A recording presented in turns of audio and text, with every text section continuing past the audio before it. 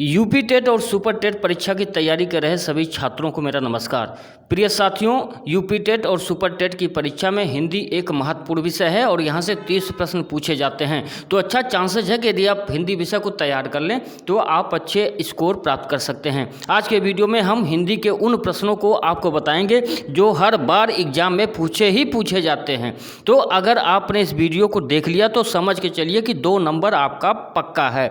लेकिन वीडियो को शुरू करने से पहले आपसे रिक्वेस्ट है कि कृपया चैनल को सब्सक्राइब कर लें। तो आइए शुरू करते हैं आज का वीडियो। सबसे पहले हम जानेंगे हिंदी गद्य का विकास क्रम, कि हिंदी गद्य का विकास कैसे हुआ और उसका नामकरण कैसे हुआ। हिंदी गद्य का विकास का जो क्रम है उसमें आइए हम लोग जो पहले नंबर पर उसको देखते हैं। पहला जो काल है उसको कहते हैं पूर्व भारतेंदु युग और इसी को कहते हैं हिंदी गद्य साहित्य का प्रारंभिक काल। इसका जो समय है वह 13वीं शताब्दी के मध्य से लेकर सन 1868 ईस्वी तक चलता है। तो पूर्व भारतेंदु युग जिसे प्रारंभिक काल भी कहा जाता है, इसका जो समय है वह 13वीं शताब्दी के मध्य से लेकर 1868 ईस्वी तक होता है। इसके बाद शुरू होता है भारतेंदु युग और भारतेंदु युग को कहा जाता है पुनर्जागरण काल और इसका जो समय है मित्रों वह है 1868 से लेकर 1900 ईस्वी तक। यह भी महत्वपूर्ण है, भारतेंदु युग पूछा जाता है पेपर में। तो भारतेंदु युग जिसका दूसरा नाम पुनर्जागरण काल है, इसका समय शुरू होता है 1868 से लेकर 1900 ईस्वी तक।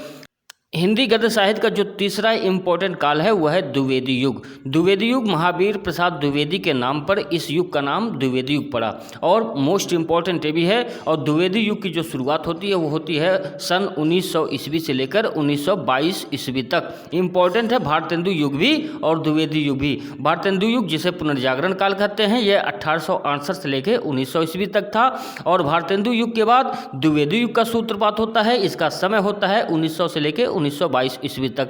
अब द्विवेदी युग के बाद शुरू होता है शुक्ल युग। रामचंद्र शुक्ल, पंडित रामचंद्र शुक्ल के नाम पर इस युग का नाम पड़ा जिसे शुक्ल युग कहते हैं। इसी युग को छायावादी युग भी कहते हैं। छायावादी युग भी मोस्ट इंपॉर्टेंट है, यह भी पूछा जाता रहा है और 100% चांस रहता है कि इसको पूछा जाएगा। और इसका जो समय है मित्रों वह है 1919 ईस्वी से लेकर 1938 ईस्वी तक।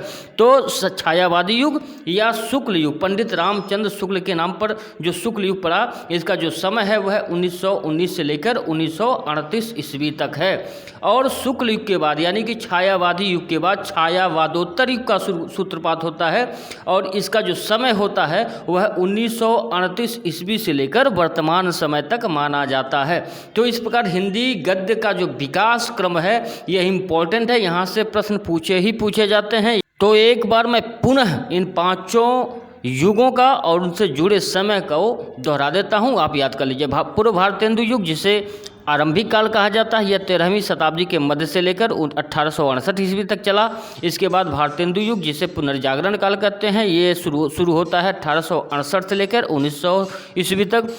भारतेंदु युग के बाद द्विवेदी युग का सूत्रपात होता है, यह समय शुरू होता है 1900 से लेकर 1922 ईस्वी तक। उसके बाद शुक्ल युग जिसे छायावादी युग कहते हैं, जिसकी शुरुआत होती है 1919 से लेकर 1938 ईस्वी तक। और सबसे अंत में आता है छायावादोत्तर युग, इसका सूत्रपात होता है 1938 ईस्वी से लेकर वर्तमान समय तक। अब मित्रों हम बात करेंगे हिंदी की जो प्रमुख बोलियां हैं उनके बारे में, क्योंकि बोलियों से भी एक प्रश्न पूछा जाता है। तो आइए हिंदी की जो प्रमुख बोलियां हैं उनको जान लेते हैं। तो पहले हम हिंदी की जो उपभाषाएं हैं और उन उपभाषाओं से जुड़ी जो बोलियां हैं हम उनको देखेंगे।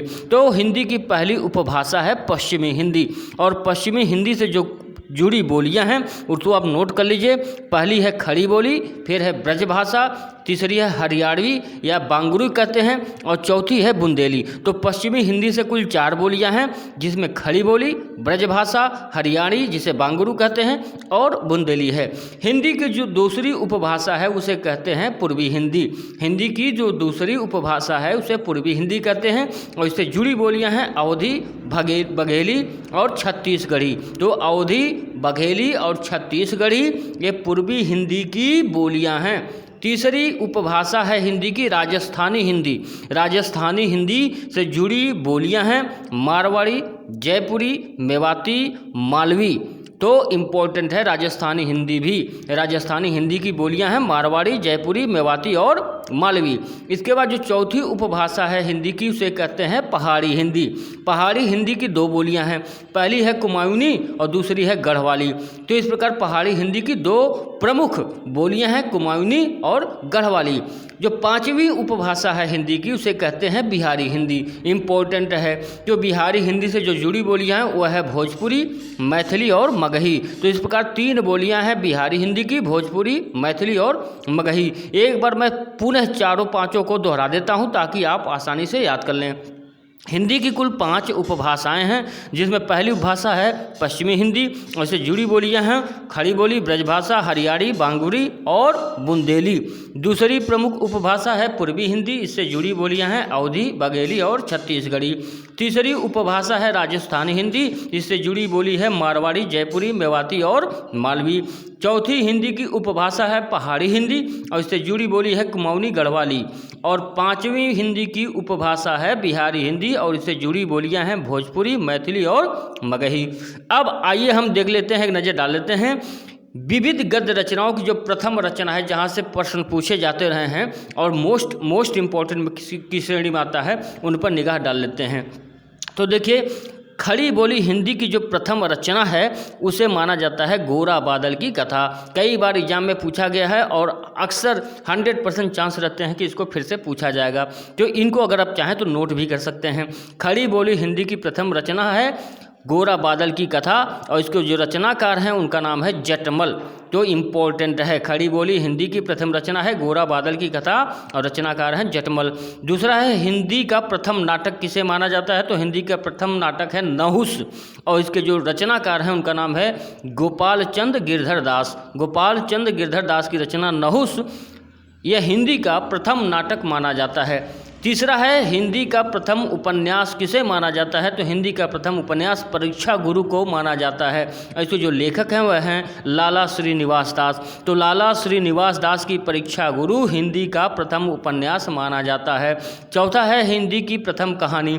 हिंदी की प्रथम कहानी इंदुमती को माना जाता है और इसके जो रचनाकार हैं वे हैं किशोरी लाल गोस्वामी। इस प्रकार किशोरी लाल गोस्वामी की रचना इंदुमती हिंदी की प्रथम कहानी मानी जाती है। और पांचवा मैं चर्चा करूंगा हिंदी का प्रथम यात्रा वृत्तांत। हिंदी का जो प्रथम यात्रा वृत्तांत है वह है सरयू पार की कथा और इसके जो लेखक हैं रचनाकार हैं उनका नाम है भारतेंदु हरिश्चंद्र। जो भारतेंदु हरिश्चंद्र की रचना सरयू पार की यात्रा हिंदी का प्रथम यात्रा वृत्तांत माना जाता है।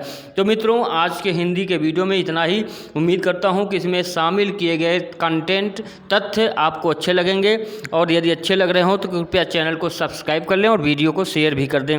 अपने अगले वीडियो में हिंदी की ऐसे ही महत्वपूर्ण रचनाओं के साथ, महत्वपूर्ण फैक्ट के साथ मैं पुनः आपकी सेवा में उपस्थित होऊंगा। बहुत बहुत धन्यवाद। नमस्कार। जय हिंद।